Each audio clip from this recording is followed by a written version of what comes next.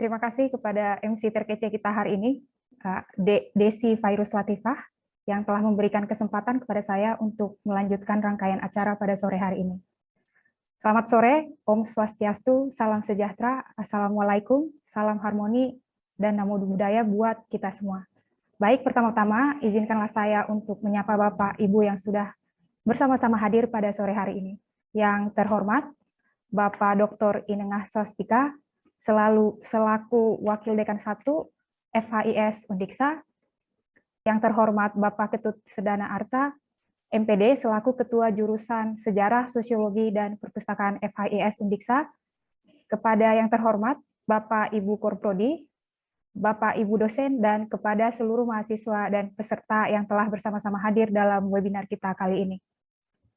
Pernyataan yang menyatakan bahwa Indonesia merupakan sebuah negara yang beragam memang sangatlah tepat. Sebagai bangsa yang besar, seperti jumlah penduduk yang sangat banyak, kekayaan alam yang melimpah, wilayah yang sangat luas, serta kekayaan budaya dan bahasa yang sangat beragam, Indonesia memiliki potensi yang sangat besar, tetapi pada saat yang sama juga memiliki permasalahan yang besar pula. Artinya, Indonesia di samping besar potensi positifnya, besar pula potensi negatif atau permasalahan-permasalahan yang dihadapi, terutama di era disrupsi pada saat ini. Dunia yang kita hadapi saat ini sedang menghadapi disrupsi dan revolusi industri jilid keempat.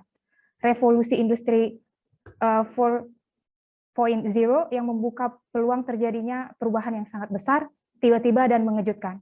Perubahan itu sejalan menurut pemaparan Presiden kita Bapak Jokowi adalah perubahan yang ultra normal, tidak normal, dan dunia memang sekarang ini sedang mencari normal yang baru. Nah, bagaimana multikultur bisa berperan dalam kerukunan era disrupsi saat ini? Marilah kita sambut pemateri kita sore ini, yaitu Ibu Profesor Dr. Suwandari MPD. Selamat sore dan selamat datang, Prof. di jurusan Sejarah, Sosiologi, dan Perpustakaan FHIS Undiksa. Terima kasih untuk kesediaannya untuk menjadi narasumber pada webinar jurusan Sejarah, Sosiologi, dan Perpustakaan FHIS Undiksa. Sebelum kita mendengar materi dari beliau, saya akan membacakan CV singkat Profesor Dr. Suwandari, MPD, untuk kita semua. Profesor Dr. Suwandari, MPD, adalah guru besar perempuan pertama dari Prodi Pendidikan Sejarah Jurusan Pendidikan IPS, FKIP UHAMKA. Beliau menyelesaikan pendidikan jenjang S1 di Universitas Negeri Yogyakarta, jenjang S2 di Universitas Negeri Yogyakarta, dan jenjang S3 di Universitas Pendidikan Indonesia. Karya-karya penelitian beliau telah banyak dipublikasikan di tingkat nasional maupun internasional. Saya hanya akan menyebutkan beberapa karya beliau dalam 3 tahun terakhir saja, karena jika menyebutkan semuanya bisa lama sekali dan bisa lebih dari satu sesi. Di tingkat nasional, karya beliau tahun 2019 yang berjudul Survival Life TK Aisyah 1 Ambon, TK tertua di Provinsi Maluku, telah terbit di jurnal nasional. Sedangkan di tingkat internasional, antara lain, karya-karya beliau adalah Educational Values of Social Study on Betawi Art of Leno. Yang kedua, Ethnic Diversity in Sika Regency is Nusa Tenggara as a Principle of Multiculturalism. Yang ketiga ada Local Wisdom of Tanah Air Ethnic as an effort to preserve harmonious and sustainable environment in Ojang Village, Talibunga District, Sika Regency, East Nusa Tenggara. Dan yang terakhir yang akan saya bacakan pada kita adalah karya yang berjudul Docking Studies and Molecular Dynamic Simulation of Ipomea batatas L, Leaves, Compounds, and Liposygenase Inhibitor. Sebelum kita sampai kepada materi, sesi hari ini akan dibagi ke dalam 2 kegiatan. Yang pertama, penyampaian materi dari Profesor Dr. Suwandari, MPD, yang akan berlangsung selama kurang lebih 1 jam. Dan akan dilanjutkan dengan sesi tanya-jawab selama kurang lebih 30 menit. Kepada peserta, dipersilahkan untuk menulis pertanyaan di chat box. Baik Bapak Ibu dan peserta semua, marilah kita simak pemaparan dari materi kita hari ini, Ibu Profesor Dr. Suwandari MPD. Kepada Prof. Suwandari, kami persilahkan. Ya, terima kasih Ibu Moderator, Ibu Lola Sitompul, yang telah mengawali kegiatan saya pada sore hari ini. Bismillahirrahmanirrahim. Assalamualaikum warahmatullahi wabarakatuh. Selamat sore, Om Swastiastu, Namo Buddhaya, salam kebajikan. Yang kami hormati Bapak Dekan FKIS Universitas Pendidikan Ganesha, yang pada saat ini diwakili oleh Bapak Wakil Dekan 1, Dr. Inengah Swastika MPD. Yang saya hormati Bapak Ketua Jurusan Pendidikan Sejarah, Sosiologi dan Perpustakaan, Bapak Ketut Sedana Arta. Yang saya hormati Ibu dan Bapak Ketua Jurusan, Ibu dan Bapak Ketua Program Studi, dan juga Bapak Ibu peserta serta para mahasiswa di Program Studi Pendidikan Sejarah, Sosiologi dan Perpustakaan. Dan mohon titip Pak Wayan, ada beberapa mahasiswa saya dari Jakarta yang ikut gabung karena harusnya saya sore hari ini mengajar mereka. Saya kebetulan mata kuliahnya juga sama, maka saya ajak untuk bergabung pada kuliah umum pada sore hari ini. Terima kasih, mohon izin ya Pak Wayan. Ya, puji dan syukur kehadirat Allah Subhanahu Wa Taala atas perkenan dan rahmatnya pada sore hari ini. Saya bisa bersilaturahmi di Undiksa, sebuah nama universitas di wilayah Bali bagian utara yang sudah sering saya dengar karena saya juga mempunyai banyak teman-teman dari Undiksa, tapi belum pernah melihat kampus Undiksa itu ada di mana. Maka pada sore hari ini alhamdulillah saya bisa sampai ke kampus Undiksa, meskipun juga bolak-balik ke Bali tapi belum pernah sampai ke Undiksa. Terima kasih Pak Wayan, dan kesempatan ini sekaligus Bapak dan Ibu selama mahasiswa sekalian terkait dengan kerjasama penelitian antara Lembaga Penelitian UHAMKA dengan Universitas Siliwangi di Tasikmalaya dan juga di Undiksa yang diwakili oleh Pak Wayan. Dan sore tadi kami dari pagi sampai sore kami ada di Desa Sidetapo di Kecamatan Banjar di Buleleng ini.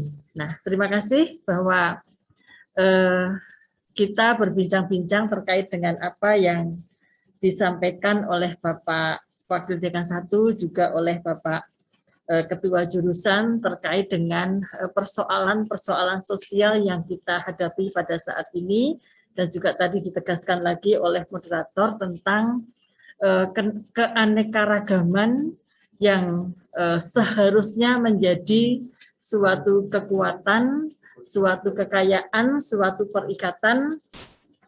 Pada kondisi-kondisi tertentu, keragaman ini bisa menjadi sesuatu yang bisa mengganggu keharmonisan kita pada kehidupan sosial bermasyarakat. Saya tampilkan materinya. Izin share ya Pak Wayan.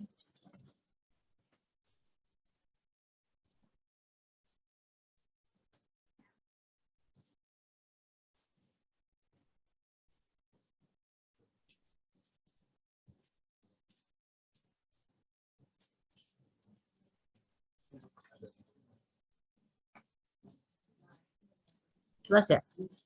Nah, dari tema yang saya diberikan kepada saya mengambil fokus pada kekuatan nilai-nilai multikultural sebagai basis kekuatan kolaborasi antar bangsa di era disrupsi. Nah, ini menjadi sikap yang sangat penting pada kita semua di era global pada saat ini yang disebut dengan era industri 4.0 menuju ke era sosial 5.0. Nah, multikultural ini mudah diungkapkan, tetapi ternyata di dalam kenyataan berinteraksi sosial seringkali menimbulkan berbagai problema tertentu, terlebih pada konteks yang ada suasana perbedaan yang menajam, yang kemudian akan membawa akibat yang jauh dari apa yang kita harapkan. Nah, ada beberapa orang yang menanyakan apa sebenarnya multikultural itu. Memang perlu kita pahami bersama bahwa pemahaman konsep multikultural ini memang bukan hal yang baru, tetapi kemudian menjadi meluas di abad ke-20 ini dan menjadi wacana publik serta wacana akademis yang terus berkembang hingga saat ini. Sekaligus dalam wacana ini juga menjadi koreksi atas dominasi suatu perspektif tunggal yang seringkali diwarnai oleh latar belakang etnik tertentu yang sedang berkuasa. Ini sangat tajam sekali ketika kita sebagai orang sejarah menyaksikan berbagai macam konflik etnis yang ada di benua Afrika. Satu etnik berkuasa, maka etnik yang tidak berkuasa akan tidak diberikan tempat atau bahkan dibuat nol atau dalam hal ini dihabiskan. Nah, kemudian juga terkait dengan upaya-upaya untuk memahamkan tentang multikultural, pada dasarnya adalah upaya kita untuk memberikan pengakuan dan penghargaan terhadap keragaman budaya dan mengubah kebijakan publik untuk mampu mengakomodasi keragaman dengan tujuan untuk menciptakan masyarakat yang damai dan adil. Ini yang sering menjadi pertanyaan kita. Ada beberapa kunci penting di dalam setiap kita membahas apa yang disebut dengan multikulturalisme itu. Yang pertama, di dalam multikultural itu akan terkandung apa yang disebut dengan equity atau nilai-nilai keadilan. Yang kedua, equality atau kesamaan atau equal, kesejajaran. Yang ketiga, terkait dengan kebebasan atau freedom. Yang keempat, ada social justice. Dan yang kelima, ada human dignity atau penghargaan diri. Nah, seringkali hanya karena ada perbedaan yang tampil secara fisik atau terkait dengan pola perilaku sehari-hari yang tadi sudah disampaikan oleh Bapak Wakil Dekan 1 ataupun Bapak Ketua Jurusan, kita memiliki beberapa contoh kejadian tragis yang berkaitan dengan persoalan perbedaan ini, apakah itu di Kalimantan ataupun di wilayah-wilayah lain. Bahkan di Bali sendiri, di daerah Sidetape, juga beberapa tahun lalu juga terjadi konflik karena persoalan perbedaan yang berkaitan dengan persoalan memahami keanekaragaman yang ada. Nah, ada dua hal penting di sini yang perlu saya garis bawahi. Ada dua hal ini adalah etnik dan ras yang berkaitan sebagai lingkar problem sosial di beberapa belahan dunia yang terjadi. Yang pertama, etnik, bagaimana kita memahami tentang persoalan etnik dan ras. Ketika etnik itu dilihat sebagai himpunan manusia karena kesamaan ras, agama, asal-usul, bangsa, atau kombinasi tersebut yang terikat pada sistem nilai budaya. Sedangkan ras itu berkaitan dengan variasi penduduk atau manusia yang dibedakan dari tampilan fisiknya, rambutnya, matanya, atau warna kulitnya. Secara tidak sadar di dalam interaksi kita itu sering ada semacam body shaming ketika melihat orang itu rambutnya keriting, kulitnya hitam atau kulitnya putih, maka dia tidak disebut namanya tetapi disebut dengan apa yang menjadi ciri khas dia. Kalau dia kulitnya hitam, maka dipanggil hitam, hitam, hitam. Kalau dia kulitnya putih, dipanggil bule, bule, bule. Atau dia disebut kalau di Jakarta yang saya tahu, yang sering saya temukan itu ketika temannya itu orang Jawa, maka manggilnya tidak namanya, tapi lo Jawa, kesini gitu. Kalau orang Bali kayaknya jarang disebut dengan Bali, Bali jarang. Tapi kalau orang Jawa, sering itu sebagai body shaming yang dialami. Nah, ini kan bagian dari tanda-tanda bahwa identitas itu seringkali tidak diterima secara positif. Nah, yang sering nampak ketika kita bicara ras ini ada 3. Ada ras negroid, yaitu mereka yang memiliki kulitnya gelap dan atau coklat, dari coklat sampai ke gelap, dan dia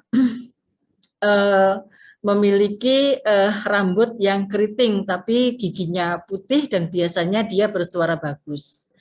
Kemudian mereka ini ada di Afrika.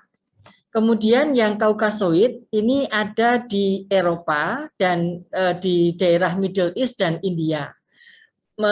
Kulit mereka bervariasi dan mereka terkait dengan rambut yang berwarna tidak terlalu hitam. Kemudian yang Mongoloid, ya ini ada di 3/4 populasi dunia dan dia ada di daerah Southeast dan di Asia Tengah, di Mongolia, Tibet, Amerika Indian, dan di Eskimo. Mereka mempunyai rambut hitam lurus, maka kalau ada orang Jepang rambutnya keriting kayaknya enggak gitu, pasti itu dikeriting. Jadi kadang perbedaan-perbedaan inilah yang akan menjadi semacam stigma ya, stigma. Seperti pada zaman dulu ketika partisipasi perempuan itu belum menjadi sebuah proses perjuangan untuk kesetaraan dan keadilan, setiap laki-laki melihat perempuan seringkali memiliki stigma yang negatif gitu. Nah, kaitannya dengan ras tadi, ini kan memunculkan adanya social diversity yang mencakup banyak hal. Perbedaan-perbedaan ini menyangkut perbedaan yang berkaitan dengan sosiopolitik, menyangkut perbedaan dalam sosioekonomi, religi, dan juga terkait dengan bagaimana mereka tinggal dengan dihadapkan dengan urban diversity misalnya. Kemudian ada juga perbedaan yang mengarah kepada sosiopolitik juga, kaitannya juga dengan ekonomi, dengan budaya, dengan struktur pendidikan, dan juga tentang perubahan-perubahan pada suatu waktu tertentu. Maka secara nggak sadar kan sebenarnya ketika di dalam suatu kelompok organisasi itu hanya diwarnai dengan satu background pendidikan saja, itu sebagai gambaran bahwa multikultural di organisasi itu masih perlu diperjuangkan. Nah, juga terkait dengan perkembangannya yang progresif atau regresif, over atau covert, dan intensif atau gradual. Dan ini terus akan ada perubahan-perubahan yang terkait dengan identitas dari masing-masing kelompok etnik yang kita sering lihat. Nah, ada satu stigma yang menyedihkan yang saya ambil dalam satu tulisannya dari Greenwald dan McGee tahun 98. Ini dalam sebuah uji eksperimen linguistik melalui asosiasi uji implisit.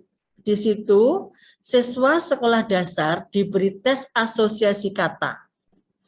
Dan semua dari mereka, terlepas dari ras mereka sendiri, cenderung mengasosiasikan white, orang yang berkulit white, putih, itu dengan stigma atau dengan dengan label murni, baik, dan penuh dengan kebahagiaan.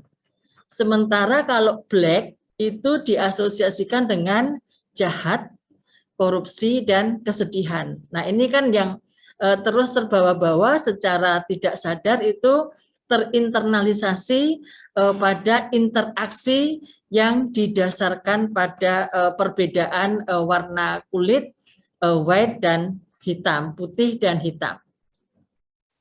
Nah, kulit putih, sehingga disimpulkan bahwa kulit putih itu seolah menjadi standar dan norma.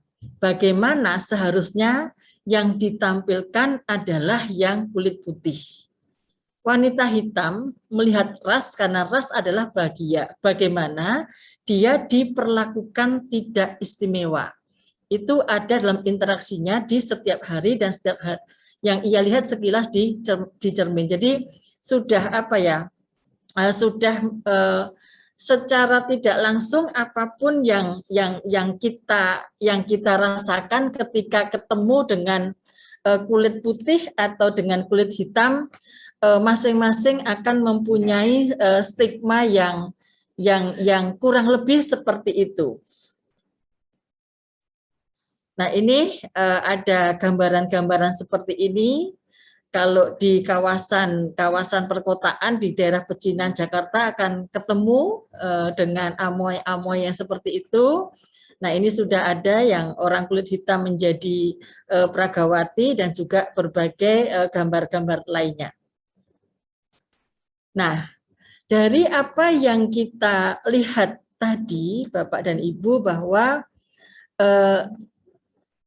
era disrupsi saat ini itu berkaitan dengan revolusi industri.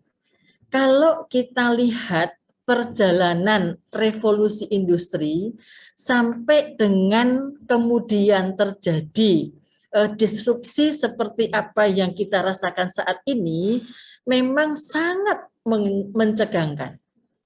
Kita bisa melihat perjalanan sejarah kita dari tahun 1800 pada saat revolusi industri yang pertama. Dimulai dengan penemuan mesin uap yang mendorong munculnya kapal uap, kereta api, dan alat-alat lain sampai ke revolusi industri yang tahap kedua itu butuh waktu kurang lebih 100 tahun. 100 tahun. Kemudian dari revolusi industri tahap kedua ke revolusi industri tahap ketiga butuh waktu kurang lebih sama. Dari penemuan listrik dan assembly line yang meningkatkan produksi barang sampai ke inovasi teknologi informasi, komersialisasi, personal komputer, dan lain-lain, sampai ke revolusi industri tahap yang keempat, atau yang disebut dengan industrialisasi 4.0. Itu tidak butuh waktu sampai puluhan tahun, 30-an tahun. Di tahun 2010 saja, kita sudah merasakan terjadinya perubahan-perubahan yang sangat mendasar terkait dengan penggunaan teknologi wireless dan big data secara masif. Nah, sekarang ini kita sudah merasakan betul bagaimana kaitannya dampak disrupsi terkait dengan pola-pola interaksi kita saat ini. Perjalanan sejarah dari tangan ke mesin sampai sekarang tangan lagi, tetapi tangan itu digunakan hanya untuk menekan tombol saja, itu butuh waktu yang tidak terlalu lama. Nah, jadi semakin ke sini revolusi industri itu membutuhkan waktu yang semakin singkat. Saat ini kita sudah sangat bisa merasakan bagaimana perubahan-perubahan dalam interaksi ekonomi. Bahkan kita tidak bisa merasakan adanya sebuah proses pasar, tetapi pasarnya itu ada di dunia maya. Tahu-tahu apa yang kita inginkan sudah bisa kita terima manfaatnya, tanpa kita harus pergi jauh-jauh untuk mengambil barang itu. Yang penting sekarang adalah ada uangnya. Nah, persoalan berikutnya adalah bagaimana kita bisa memiliki sumber kehidupan sehingga kita bisa beradaptasi dengan kehidupan di era industrialisasi saat ini atau di era disrupsi saat ini. Nah, ini upaya-upaya untuk memenuhi harapan kehidupan di era industrialisasi saat ini itu yang beberapa kondisi menimbulkan adanya banyak benturan yang di dalamnya termasuk benturan yang kaitannya dengan interaksi antar etnik yang mudah tersulut karena perbedaan-perbedaan tertentu. Nah, ini kita sudah bisa merasakan how the next generation is changing your world. Jadi saat ini bahwa kita bisa memiliki banyak jaringan, memiliki banyak teman, meski kita sudah tidak lagi berharap pada pertemuan secara fisik.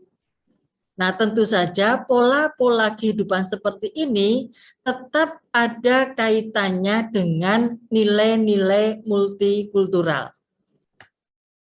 Nah, dipercepat bahwa MC Grinder Research dari mewakili 5 kata yang membuat generasi saat ini adalah ada sosial, mobile, global, digital, dan visual. Saya kira ini untuk para mahasiswa sudah sangat familiar.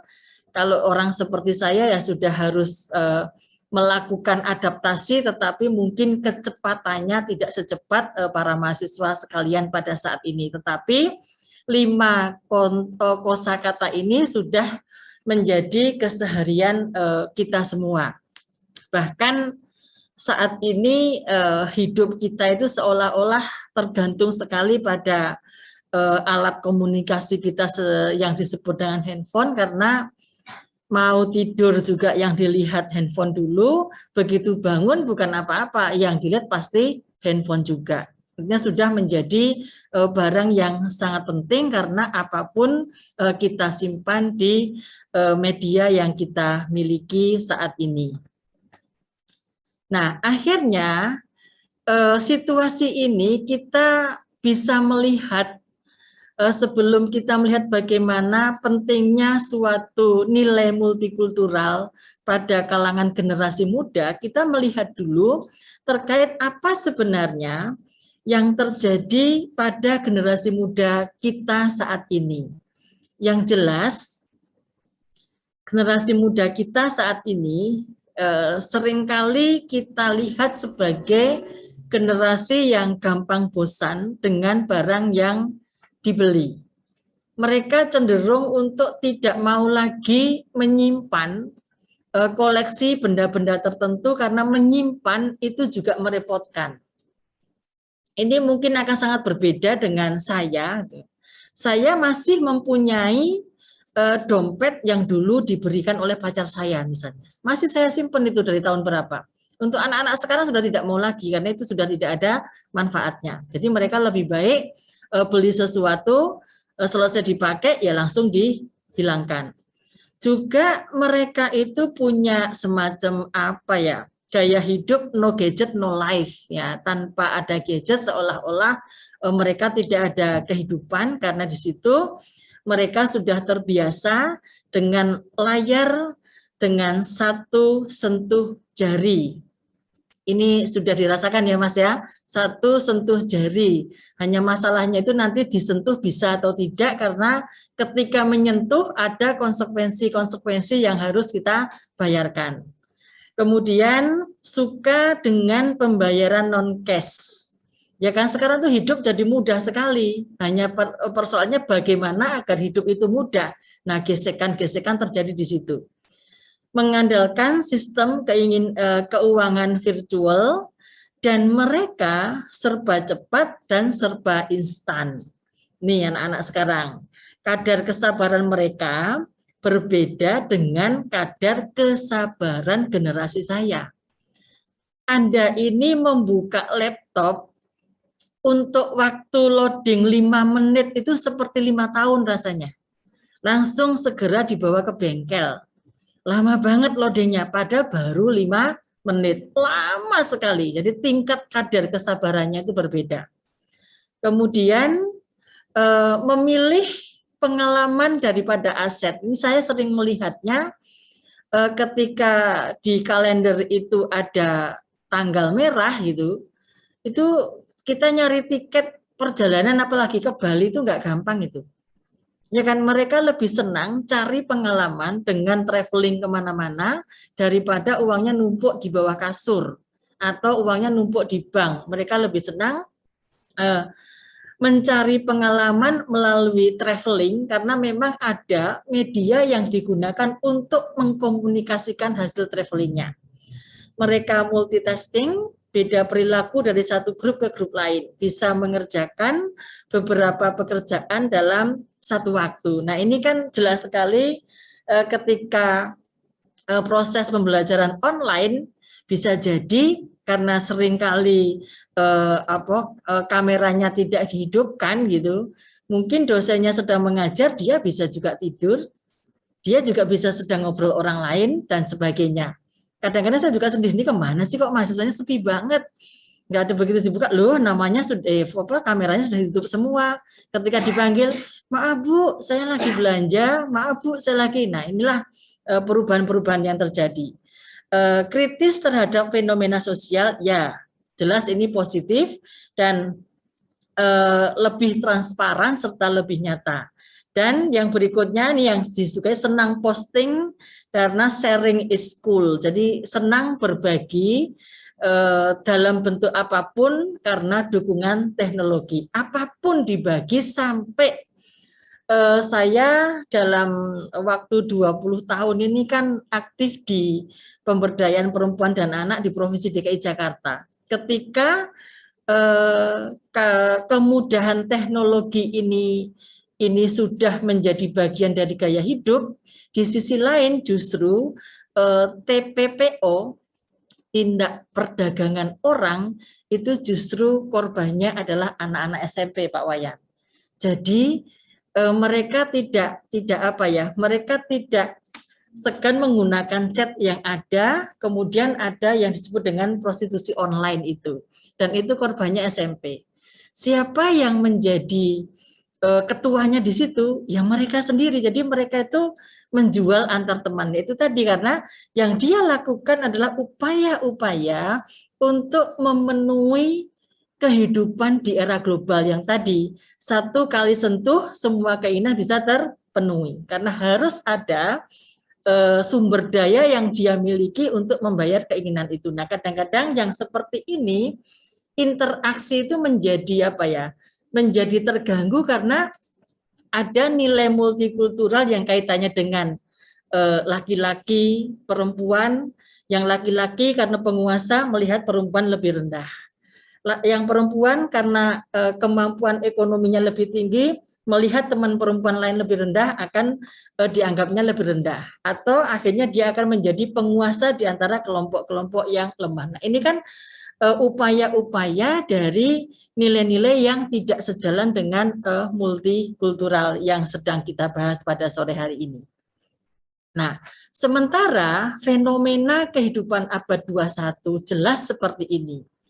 Di dalam abad 21 mengalir beragam sumber daya fisik atau non-fisik yang mencakup data, informasi, dan pengetahuan dari satu tempat ke tempat lain secara bebas dan terbuka. Makanya orang sering bilang jejak digital tidak bisa ditutup. Dihapus di tempat saya, di tempat yang lain tidak dihapus. Nah, ini hati-hati. Kemudian dominasi teknologi dan sains sebagai tanda lahirnya masyarakat global dan kehidupan semakin dihubungkan oleh teknologi informasi. Sangat setuju kita dengan adanya kemudahan akses internet saat ini. Tetapi ketika akses internet penguasaan keterampilan untuk mengakses internet tanpa dibarengi dengan kematangan untuk mengambil keputusan, maka berbagai bentuk informasi yang sudah tidak bisa dibendung mudah akan menimbulkan indikasi-indikasi baru di mana informasi itu berkembang. Jadi sering sekali muncul berita-berita yang tidak tepat tetapi sudah di-share melalui berbagai macam media komunikasi yang seolah-olah berita itu adalah betul. Nah, tadi sudah saya sebut bahwa sikap manusia semakin kritis, logis, inventif, dan inovatif, serta konsisten, disertai kemampuan untuk beradaptasi. Nah, ini yang tidak mudah karena kemampuan beradaptasi itu juga membutuhkan tingkat kecerdasan tertentu. Nah, terutama bagi komunitas atau kelompok masyarakat kita yang masih belum kuat tingkat tingkat kemampuan untuk mengambil keputusan karena pendidikan yang dia miliki, maka seringkali terjerumus dengan adanya kemudahan teknologi. Beberapa kasus di pedesaan itu terjebak pada ini Mbak Leli judi online. Ya, judi online. Kalau sudah berhubungan dengan judi online, itu kan nanti ada garis batas antara pihak yang punya uang dan yang punya hutang. Ini kan terjadi hubungan yang tidak setara. Beberapa kasus di kampung saya itu akhirnya sudah rumah terjual, kebun terjual, keluarga pecah karena mudah saja memainkan teknologi yang terkait dengan judi online ini. Kemudian jelas ini menguatnya tekanan negara maju terhadap negara berkembang untuk secara total menerapkan agenda globalisasi. Ini yang perlu kita siapkan diri kita untuk bisa masuk ke suasana itu dengan baik dan membanjirnya produk dan jasa luar negeri yang dipasarkan di dalam negeri banyak sekali contohnya. Saya nggak tahu nih Pak Wayan kalau di beberapa mahasiswa baru sekarang ini tuh gaya Korea itu sudah menguasai kelas itu. Gaya-gaya Korea saya nggak tahu kalau di Undiksa. Saya melihat mahasiswa PGSD itu kalau dulu kan kuliah di keguruan itu kan diatur ya rambutnya harus begini. Sekarang itu kayaknya sudah mahasiswa yang di jurusan keguruan itu sudah bergaya-gaya Korea semua. Sampai saya kaget ini kok dadanya begitu, kamu sakit ya? Ibu Prof nggak tahu ya, ini kan make up model baru. Oh, saya pikir kamu sakit gitu. Karena kan yang dipakai itu beda dengan apa yang saya ketahui gitu. Kemudian tenaga asing juga semakin banyak dari level hulu hingga eksekutif memasuki bursa tenaga kerja nasional dan juga meleburnya portofolio kepentingan perusahaan swasta menjadi milik bersama. Nah, ini sudah banyak sekali contohnya. Dengan demikian kan perubahan-perubahan ini kan membutuhkan suatu keterampilan dan menjadi tanggung jawab kita bersama ketika kita nanti berprofesi sebagai tenaga pengajar, maka kemana arah mahasiswa kita itu akan kita bawa. Nah, ini yang perlu kita lihat dari Skill in 21 Century dari PT Griffin tahun 2012. Ada 4 hal penting di sini adalah ways of thinking, ways of working, tool for working, dan living in the world. Nah, di sini Bapak dan Ibu dan saudara-saudara sekalian, di sini ada kolaborasi.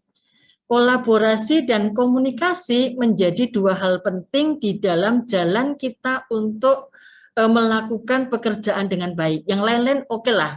Ways of thinking kita tuh menjadi kreatif, inovatif, menjadi kritis dan sebagainya, oke. Tetapi era kompetisi saat ini sudah bergeser ke era kolaborasi.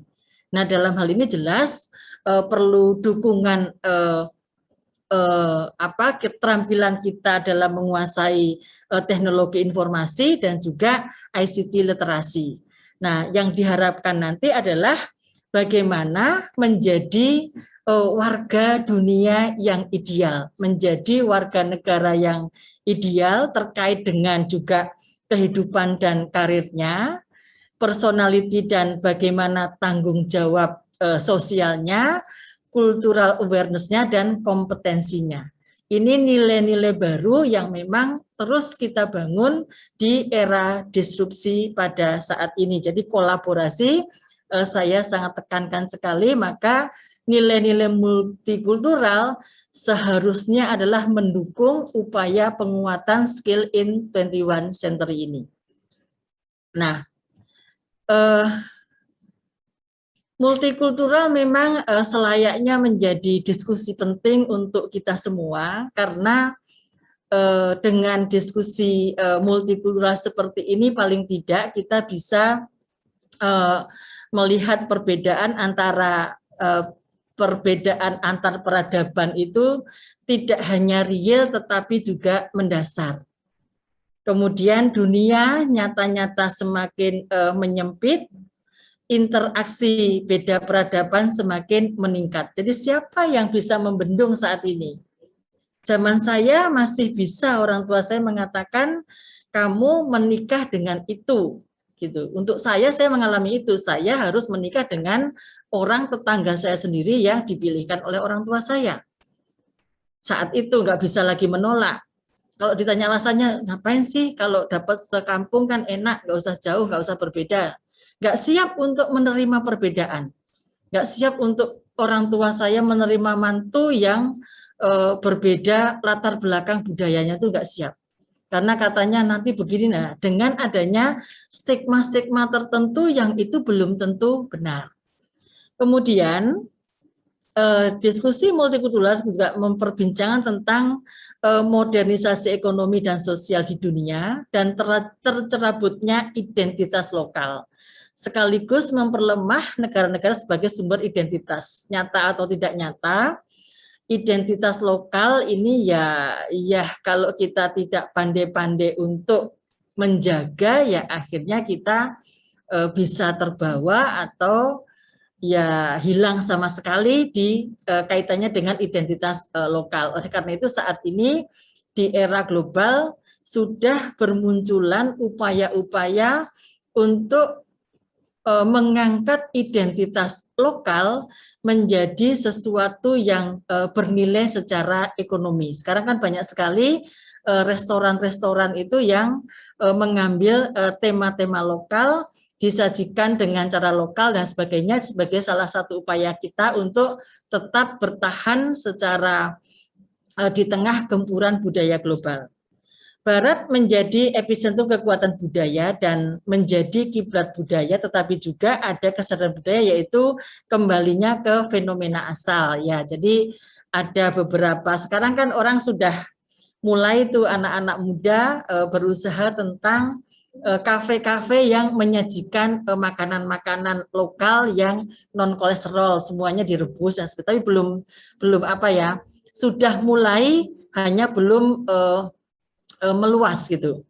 Kemudian tapi paling tidak sudah ada. Kemudian ada karakteristik dan budaya kurang bisa menyatu dan berkomunikasi dibanding karakteristik dan perbedaan politik dan ekonomi. Jadi ini yang sering terjadi kalau sudah di perbedaan itu sudah dibawa ke ranah politik, maka suaranya akan berbeda.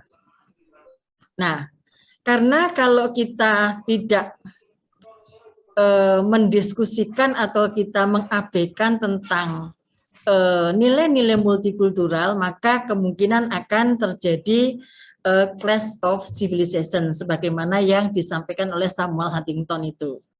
Mungkin akan muncul culture war, perang budaya, ada konflik etnik, ini sudah kita lihat di beberapa tempat.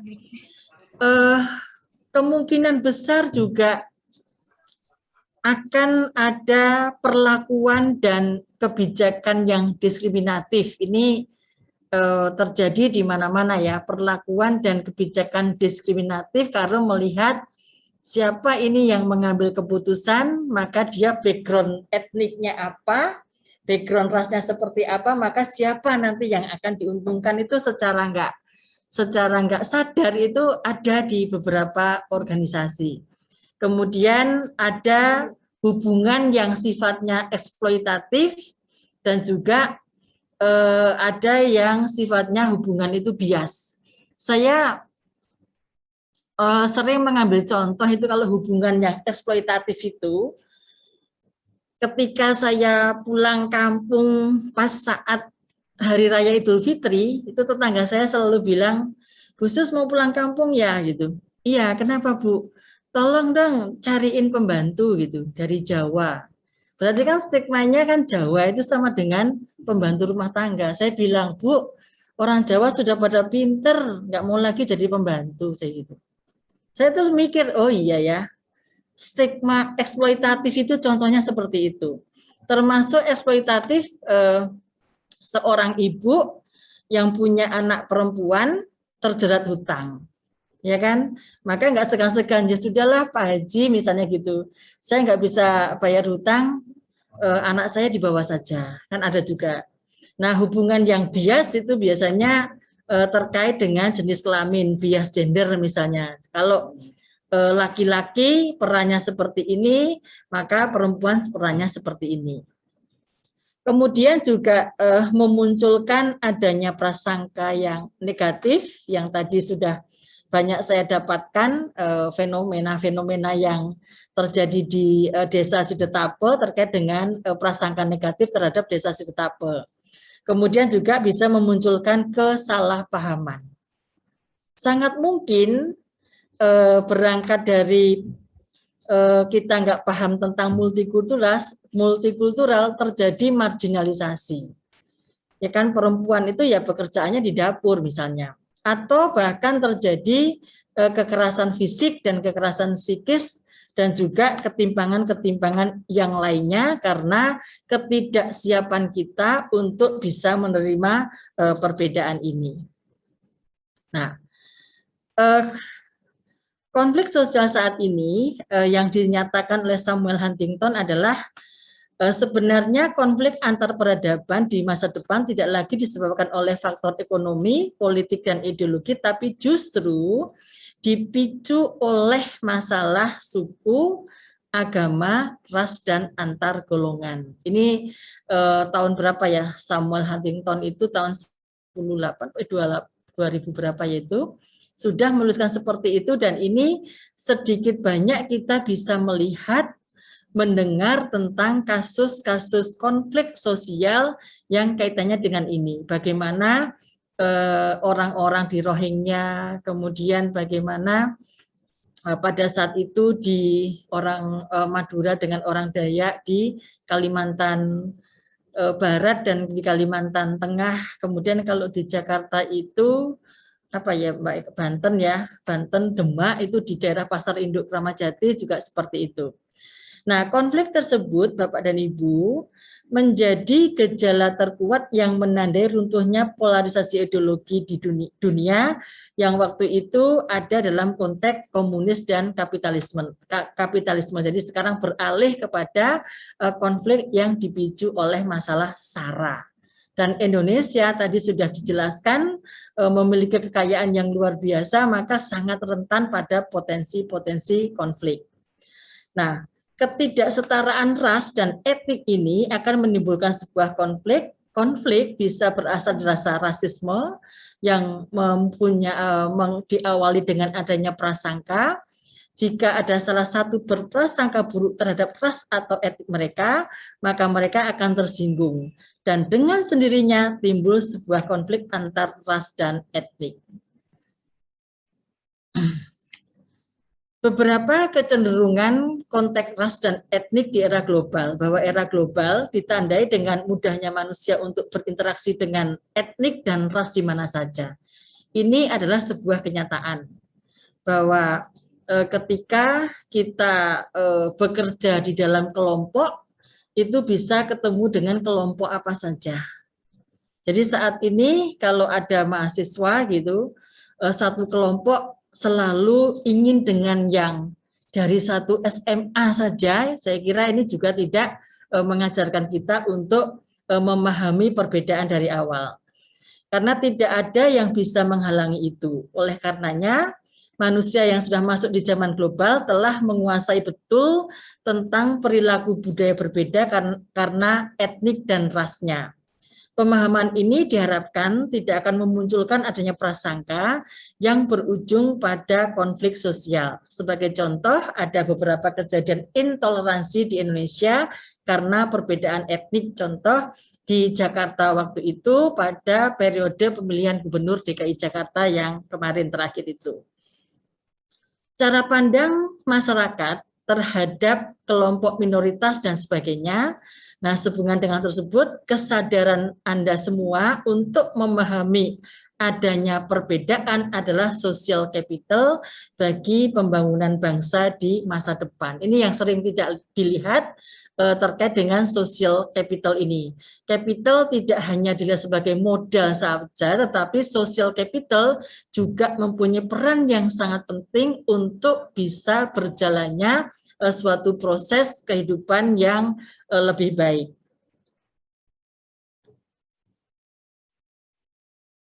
Nah, saya kira ini penjelasan dari multikulturalisme. Ini pandangan dunia yang kemudian dapat diterjemahkan sebagai kebijakan kebudayaan yang menekankan pada penerimaan terhadap realitas keragaman. Jadi kita bisa menerima realitas keragaman, pluralitas dan multikultural yang ada di dalam kehidupan masyarakat. Multikulturalisme mencakup suatu pemahaman, penghargaan, serta penilaian atas budaya seseorang, serta suatu penghormatan dan keinginan tentang budaya etnik orang lain. Kenapa kita perlu tahu agar sebagaimana yang kita sampaikan tadi, kita bisa beradaptasi ketika kita memahami apa yang ada di orang lain.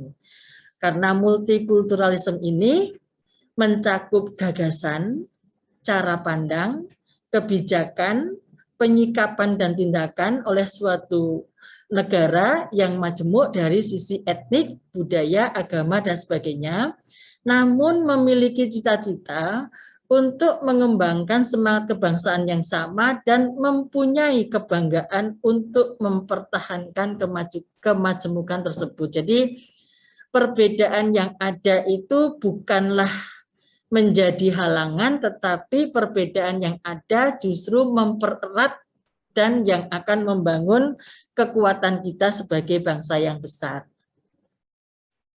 Nah, sifat multikultural, sifat yang mengakui dan menghargai perbedaan dalam kesederajatan, sifat ini tumbuh dari paham multikulturalisme, yaitu cara pandang tentang keragaman tadi, kehidupan yang menekankan pada penerimaan terhadap realitas yang berbeda. Realitas yang berbeda, kita sanggup untuk menerima itu. Baik itu berbeda dalam konteks agama, budaya, atau view-nya yang terdapat di dalam masyarakat.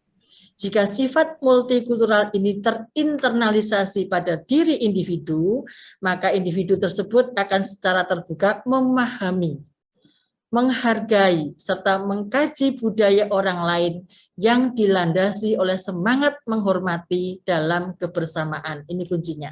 Jadi ketika sifat multikultural itu terinternalisasi pada kita, maka akan terbangun suatu sikap yang terbuka, memahami, menghargai, serta mengkaji budaya orang lain yang dilandasi oleh semangat untuk menghormati dalam kebersamaan. Ini yang penting.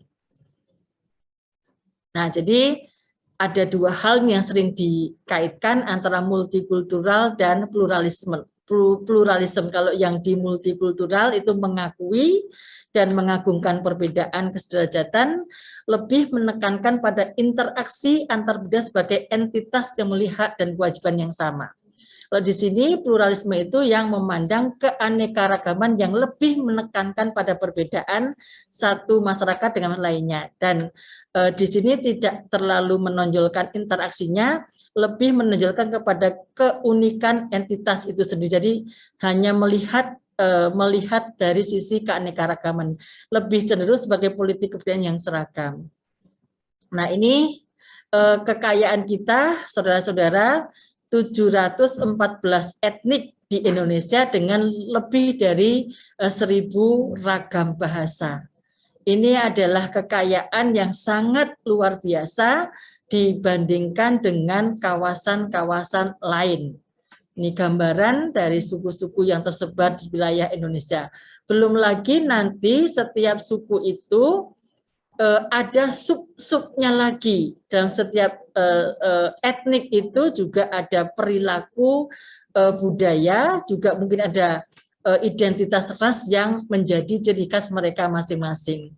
Dalam konteks kebudayaan, mereka punya sekali apa yang namanya kearifan lokal. Ini banyak sekali di seluruh Indonesia, kita punya banyak kearifan lokal yang dimiliki oleh setiap kelompok etnik.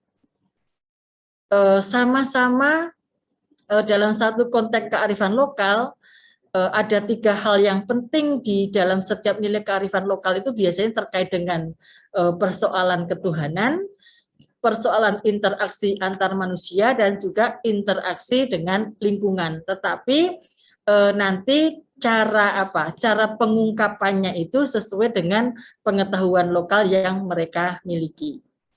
Nah, pentingnya multikulturalisme terkait dengan kehidupan global saat ini adalah menjadikan kemudahan interaksi manusia saling terhubung satu dengan yang lain, maka kolaborasi adalah keberhasilan dan menjadi model dalam interaksi di era disrupsi saat ini.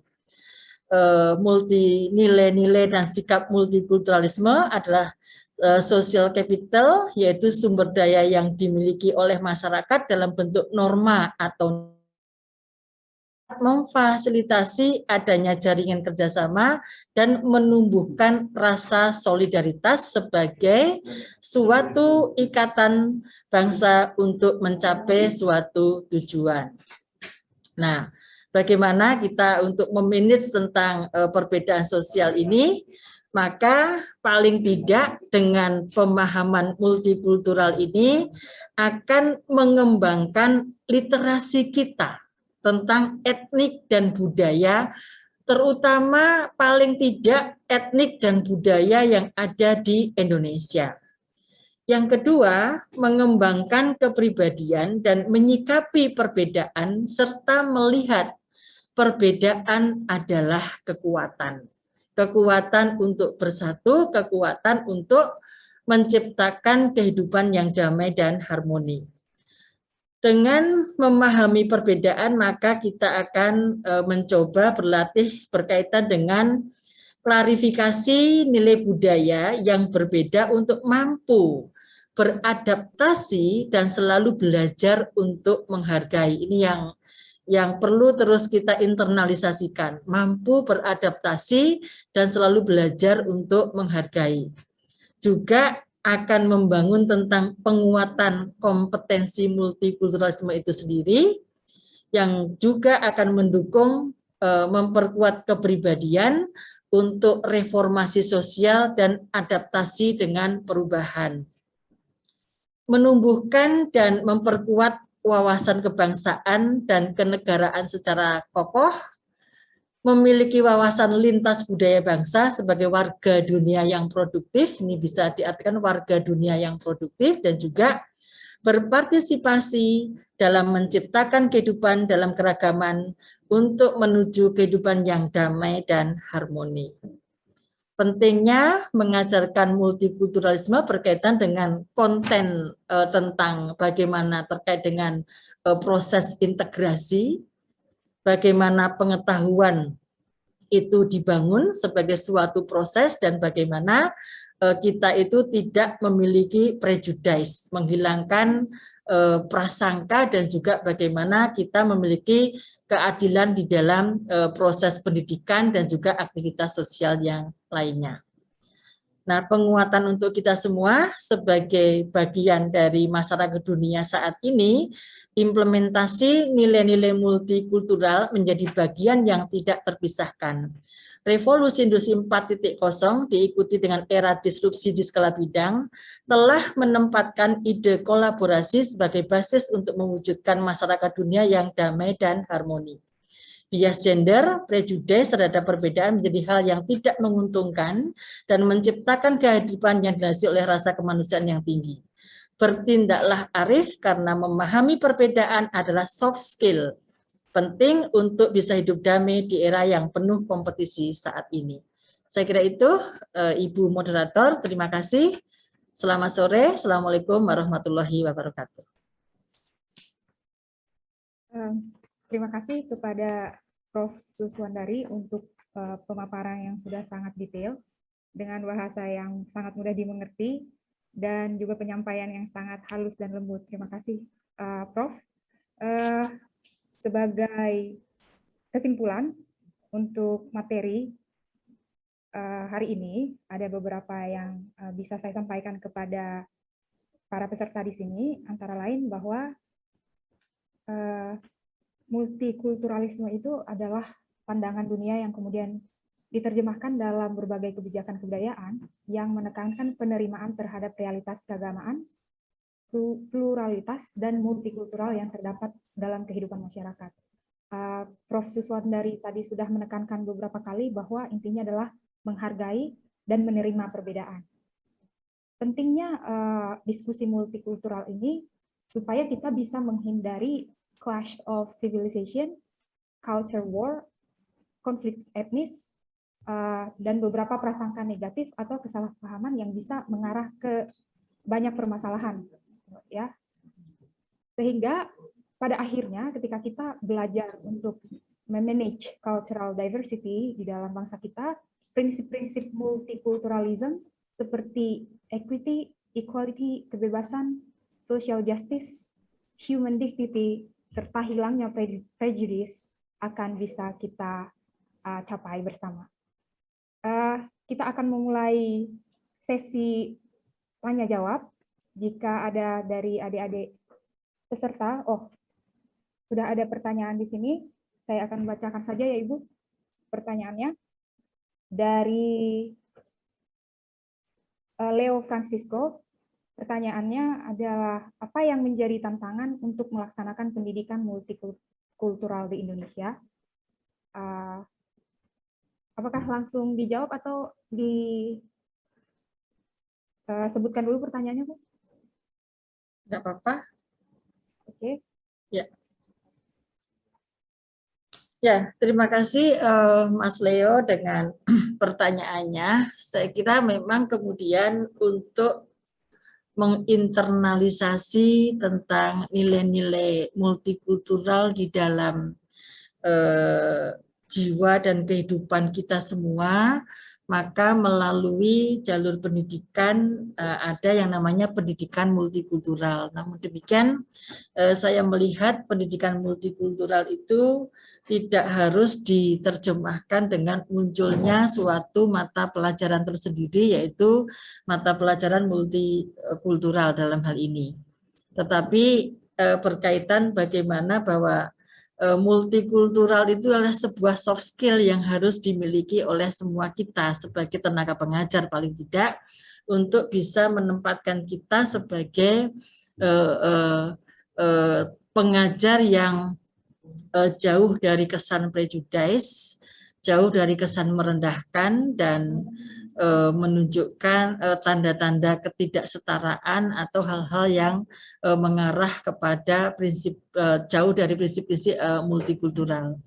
Nah, maka melalui suasana itu harus dibangun sehingga para siswa kita itu tidak asing dengan hal-hal yang berbau perbedaan, karena secara tidak sadar mungkin Anda juga sudah melihat di berbagai media massa itu ada indikasi-indikasi untuk tidak untuk mengingkari adanya perbedaan yang sudah diterapkan atau sudah adanya perbedaan yang sudah menjadi ciri khas Indonesia.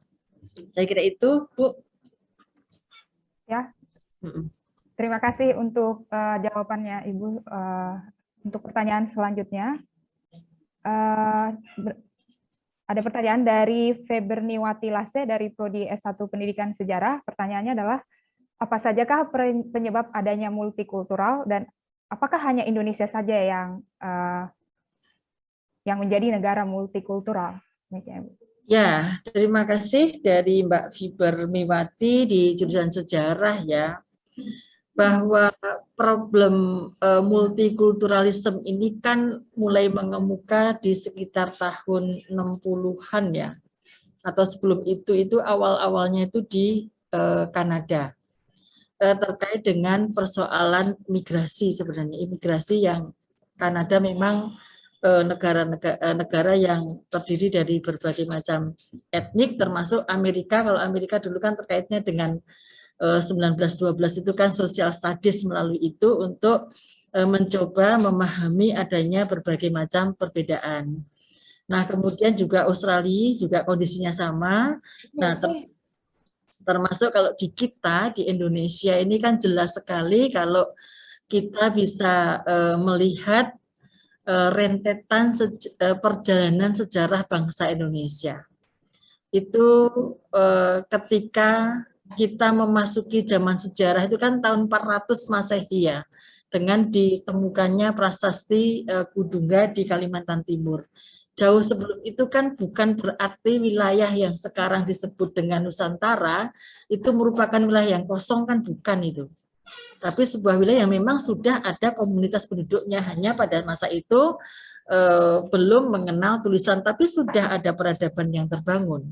Nah, kemudian setelah itu masa itu disebut dengan masa animisme, atau dalam konteks religi animisme atau dinamisme. Kemudian masuklah Hindu tahun 400 Masehi. Setelah Hindu kemudian masuk Buddha. Ya kan, setelah Buddha masuk Islam. Setelah Islam terkait dengan kolonisasi, masuklah Nasrani. Nah, dari sisi itu saja, dari sisi apa? Dari sisi religi saja sudah menunjukkan keragaman. Belum lagi kita melihat bentuk-bentuk keragaman yang lain, bahwa di wilayah timur itu ada komunitas yang merupakan keturunan Portugis. Kemudian di sepanjang pantai utara ada komunitas keturunan Arab. Kemudian di mana lagi ada komunitas di Bangka Belitung misalnya, itu komunitas dari Cina misalnya. Jadi kondisi-kondisi itu karena situasi atau posisi geografi Indonesia, coba Anda jangan lupa untuk melihat peta kita sebagai wilayah yang sangat strategis menghubungkan timur dan barat, itu sangat memungkinkan kita menjadi wilayah yang menjadi persimpangan banyak budaya. Nah, disitulah maka keragaman itu sudah muncul ya, sudah ada di Indonesia ya sejak lama. Bahkan Majapahit sendiri itu sudah menerapkan tentang apa yang disebut dengan toleransi. Itu, saya kira itu, Bu. Terima kasih untuk penjelasannya, Bu. Kita akan lanjut ke pertanyaan dari Gita Sukma Larasati Waruwu. Bagaimana cara kita menanamkan sikap multikultur melalui pendidikan multikultur yang tidak membosankan kepada peserta didik di masa pandemi, yang sekarang pembelajaran lebih dominan daring, jadi otomatis peserta didik memiliki gadget yang tidak tertutup kemungkinan mereka melakukan bullying atau diskriminasi di media sosial. Dan jika siswa juga terus-menerus belajar di rumah dengan tugas karena kendala jaringan, bagaimana memberikan pendidikan multikultural? Sepertinya Gita selain bertanya juga curhat, Bu. Iya, Mbak Lola ya, saya kira kita semua tidak pernah menyangka kalau akhirnya dunia pendidikan itu akan berubah total seperti ini dalam 2 tahun terakhir ya. Kita tidak pernah membayangkan kalau kemudian kita akan belajar jarak jauh melalui sistem daring, padahal sebenarnya UT itu kan Universitas Terbuka kan sudah mempelopori itu, tapi biasa-biasa saja.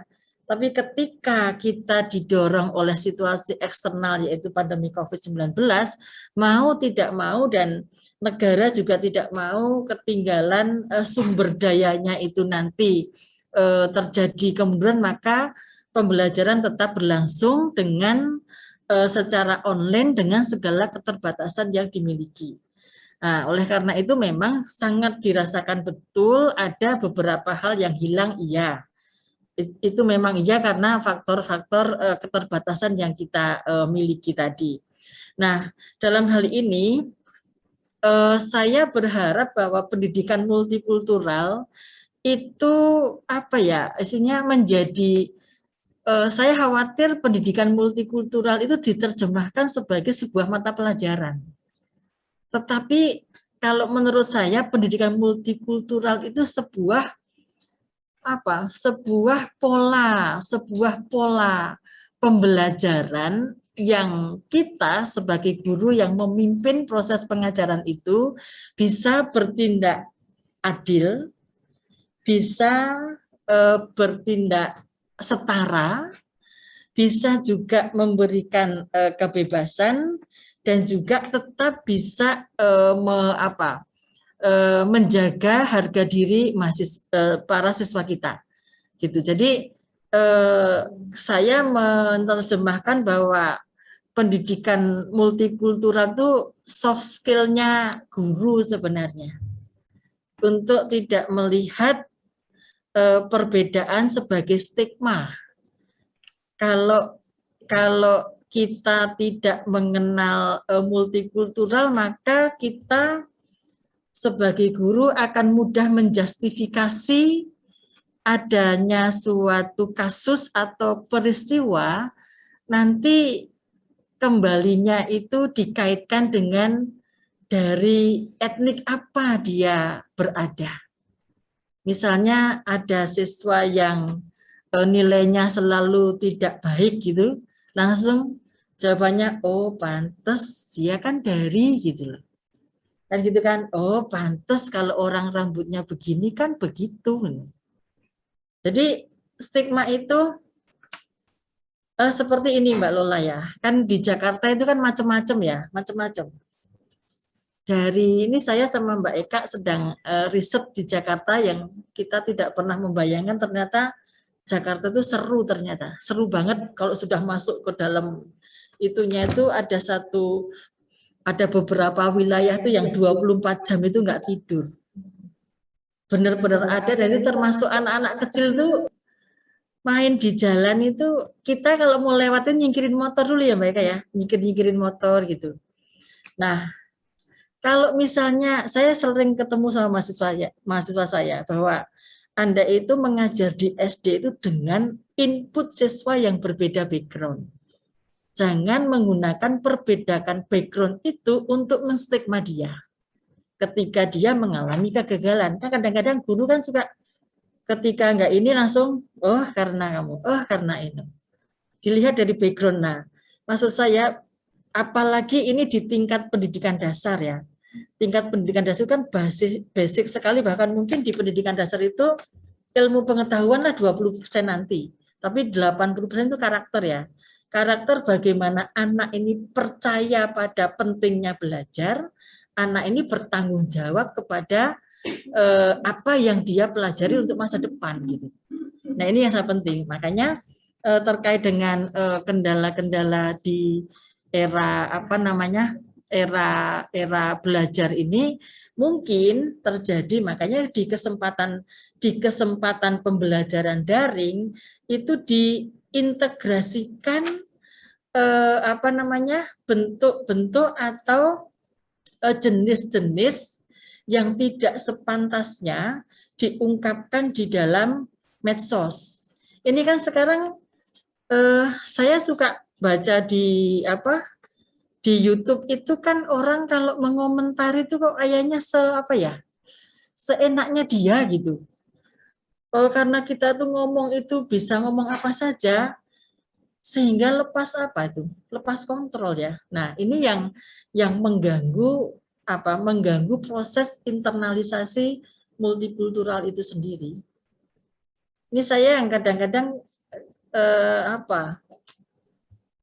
kita itu kalau Indonesia kan bangsa yang ramah itu ya dulu ya, murah, tapi ketika nonton dangdut kesenggol itu kan bisa jadi berkelahi antar kampung itu. Ya kan, sementara kita tidak mengagungkan bule, kita senggolan sama dia cepat-cepat minta maaf. Jadi di kita itu ada dua hal nih. Terima kasih sama minta maaf ini susah. Kalau makanya perlu kita ajarkan dari kecil. Bagaimana mengucapkan terima kasih, bagaimana minta maaf. Ini yang berlaku di orang Jepang kan seperti itu, Mbak Lola. Saya kira itu. Terima kasih. Ya, terima kasih untuk penjelasannya ya, Bu. Saya pikir memang masyarakat atau orang-orang pada umumnya cepat sekali berasumsi, melabelkan stereotip tertentu, prasangka gitu tanpa mikir akibatnya apa, gitu. Dan seringkali dilekatkan dengan identitas gitu. Padahal itu kan tidak bisa digeneralisasi kan seperti itu. Terima kasih Bu untuk penjelasannya. Mungkin akan menjadi modal yang atau trik and tips buat para calon guru di masa depan, karena bersyukur juga karena mereka sudah mulai aware dengan apa yang akan mereka lakukan melalui pertanyaan-pertanyaan seperti ini. Dan ketika kita melanjutkan pertanyaan dari Putri, ini juga sepertinya berkaitan, karena dia menanyakan bagaimana cara atau upaya kita sebagai generasi muda saat ini untuk memaksimalkan ICT literasi, gitu, Information and Communication Technology. Ya, Bu. Ya, otomatis ini kan menjadi kebutuhan kita ya, Mbak Lola ya. Jadi kita harus beradaptasi betul itu, tapi adaptasi yang kita lakukan terhadap perkembangan literasi ICT ini tentu saja tidak lepas dari kearifan-kearifan yang harus kita miliki. Akhirnya nanti literasi ICT, keterampilan literasi kita itu akan dibarengi dengan keterampilan untuk memilih mana yang tepat, mana yang tidak tepat. Saya baru saja ketemu dengan beberapa anak-anak di desa saya itu ketika kemarin saya ada beberapa laptop yang saya berikan ke mereka gitu. Saya bilang begini, saya tidak bisa, ibu kamu nggak bisa mengawasi kamu untuk main internet. Di dalam kamu membuka internet, sangat mungkin akan terbuka informasi apa saja. Dan kamu kan bisa bukanya kan sembunyi di sana, sembunyi di sini. Nah, itu siapa yang akan menghadirkan kalau tidak kamu sendiri? Jadi menggunakan internet ini, menggunakan terampilan ICT ini harus dibarengi dengan keterampilan kita untuk memilih dan memutuskan. Tentu saja itu dibarengi dengan kecerdasan sosial ya. Kecerdasan sosial yang memang juga perlu ditanamkan oleh orang tua kita. Nah, sebagai orang yang sudah dewasa tentu saja mahasiswa kan sudah dewasa ya, tentu saja mereka sudah lebih cerdas ya untuk memilih mana yang tepat, mana yang, makanya sekarang kan banyak berita-berita yang seperti itu kan, yang justru membuat suasana tidak makin cerah, justru semakin gelap. Ya kan, kayaknya kalau semakin ramai semakin senang gitu ya. Suasana sekarang karena kemudahan informasi yang diperoleh melalui penggunaan teknologi ini, gitu Mbak. Oke. Ya, begitu jawaban dari Prof. Suswandari untuk Putri ya. Sebenarnya kalau kita mau jujur, generasi kalian sekarang nanti untuk menjadi seorang guru juga akan menghadapi tantangan yang lebih berat gitu daripada saat ini gitu ya. Karena seperti yang Prof. Suswandari sampaikan tadi, ada net generation gitu, Gen Z gitu untuk saat ini. Kalau nanti saya nggak tahu generation apa lagi namanya. Yang jelas kalau kita perhatikan bayi atau balita aja udah bisa mengoperasikan handphone gitu. Padahal kita masih tahu dia belum bisa baca gitu ya. Dia udah tahu gitu melalui gambar kan visual ya. Tinggal gambar YouTube misalnya atau TikTok, bahkan umur 3 tahun sudah bisa TikTokan kan begitu. Sementara untuk generasi yang kita gitu ya, yang sudah bisa baca, kadang-kadang ya kita masih mengalami kesulitan untuk membuka aplikasi, menggunakan aplikasi tertentu. Nah, itu nanti mungkin yang menjadi tantangan yang cukup berat bagi adik-adik yang akan menjadi calon guru. Seperti itu. Ya. Untuk pertanyaan selanjutnya, ada dari Wahyu Giatmika, apa yang menjadi tantangan untuk melaksanakan pendidikan multikultural di Indonesia? Ya, mungkin sekaligus dengan ini ya, Mbak Yeni ya, di bawahnya itu ya. Jadi tantangan itu kan bisa internal dan eksternal ya. Segala sesuatu itu akan bisa apa ya? Akan bisa semakin dipahami kalau dimulai dari kita.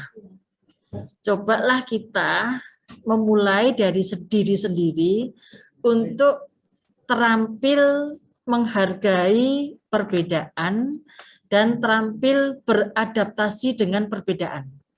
Tidak mudah untuk memberikan stigma apapun dalam bentuk body shaming, dalam bentuk perbedaan intelektual, dalam bentuk perbedaan ekonomi, dalam bentuk perbedaan pengalaman. Ini kan banyak kasus itu karena medsos ini kan kita jadi tahu ya bahwa di mana di Kerawang atau di mana itu kan ada anak dibully karena sekolah pakai sandal jepit. Ya kan? Kenapa dia sekolah pakai sandal jepit? Kan saya kira tidak punya sepatu. Nah, akhirnya positifnya langsung ada aksi sosial untuk membelikan sepatu. Tapi apakah harus terus-menerus pakai seperti itu? Jadi dalam hal ini kan diterapkan dari diri kita sendiri untuk melaksanakan atau mengimplementasikan pemikiran-pemikiran multikultural tidak hanya di dalam kelas tetapi juga dalam kehidupan sehari-hari. Ini contoh kasus ini Mbak Lola ya, saya waktu itu tahun berapa ya? Saya masih muda kok, anak saya masih kecil-kecil tuh. Tiba-tiba ini cerita ini, tiba-tiba dia pulang ngaji itu marah ke saya gitu. Kan di rumah itu kan ada patung-patung dari Bali, saya beli dari kayu itu kan, dibuangi semua. Ya dia bilang, ini nggak boleh Bu, kata guru ngaji itu, begitulah ya. Terus akhirnya temannya datang ke rumah, kan teman kan saya tinggal di komplek kan macam-macam tuh. Temannya Nasrani kan. Langsung, jangan main ke sini, kita berbeda. Itu kelas 2 SD. Nah, saya kan sebagai orang tua ya, lah kok begini dapat dari mana gitu kan. Saya telusuri, oh ya dari situ. Akhirnya saya itu memperbaiki hubungan dengan yang depan rumah saya itu 1 bulan loh. Untuk meyakinkan kembali bahwa kami nggak begitu. Jadi kan banyak sekali kendala-kendala itu tidak, kalau kita sudah, mungkin di eksternal itu nggak mendukung kan bisa saja. Dan untuk situasi sekarang kita setelah reformasi kan sangat memungkinkan itu. Nah ini yang makanya perlu semua itu berpikir dewasa bahwa negara kesatuan Republik Indonesia yang memang terbangun dari berbagai macam keragaman itu yang harus kita jaga.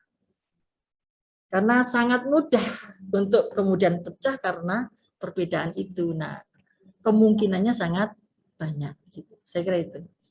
Kemudian saya teringat sekali dengan peristiwa itu gitu kan. Saya kalau sekarang nanya anak saya kan udah dewasa juga. Kok dulu punya pemikiran itu kenapa nak gitu. Ya saya nggak ngerti wong dikasih taunya begitu gitu. Jadi ya ini kan kalau tadi internal ya eksternal ini yang makanya kita harus harus seimbang dan ikut mengontrol ya proses, tapi kalau eksternalnya terlalu jauh kan juga susah. Makanya dalam konteks ini ya negara memang juga keterlibatannya tidak boleh diabaikan, bahkan mungkin menjadi pemegang. Kalau dulu kan kita ada P4 itu ya, saya pikir itu juga nggak jelek-jelek amat kan untuk menyatukan visi keindonesiaan, tapi kemudian bagaimana itu kan masalah yang berbeda. Itu Mbak, terima kasih. Oke, karena memang waktu kita terbatas ya, Prof. Ya. Tapi yang menjadi pegangan kita adalah seperti yang Prof. Suswandari tadi sudah sampaikan, di satu sisi era ini bisa dimanfaatkan, ya teknologi bisa dimanfaatkan untuk mempererat gitu ya. Tapi di sisi lain juga kita harus hati-hati gitu. Jangan-jangan teknologi ini, media sosial dan segala macamnya bisa melanggengkan malah Ya. konflik-konflik, prejudice. Ya. Kita harus benar-benar hati-hati gitu. Nanti apalagi kemudian kepada para peserta didik yang nanti akan menjadi calon guru gitu ya, tetap optimis dan belajar gitu. Bagaimana untuk menjaga nilai-nilai keberagaman itu. Ya, Terima kasih dan banyak. ya, satu lagi Mbak Lola ya, justru ini yang susah dikontrol, media sosial ini. Jadi guru pun juga tidak boleh terlambat informasi untuk kemudian kita bisa menyampaikan yang sesungguhnya demi keutuhan NKRI kita. Saya kira itu.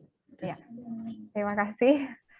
Dan satu lagi, saya tadi teringat kata-kata Prof. Suswandari bahwa sekarang walaupun ada kecenderungan di beberapa aspek kita meninggalkan local wisdom atau kearifan lokal, tapi di sisi lain generasi ini juga bisa kita harapkan untuk membawa kembali nilai-nilai lokal itu dalam bentuk misalnya konsep-konsep restoran atau kafe dan hal-hal lain mungkin. Jadi intinya mari kita tetap optimis dengan cara berusaha yang terbaik menjaga keberagaman dan menghargai perbedaan yang kita miliki. Itu. Ada lagi, Prof? Cukup, terima kasih. Terima kasih. Terima kasih banyak untuk pemaparannya, Prof. Terima kasih juga untuk penjelasannya dan waktunya. Dan sampai sudah datang juga ke fakultas kita, Singaraja. Terima kasih banyak. Kejutan ya, Prof. Kejutan untuk saya. Oh iya, kejutan juga untuk kita, Prof. Ya.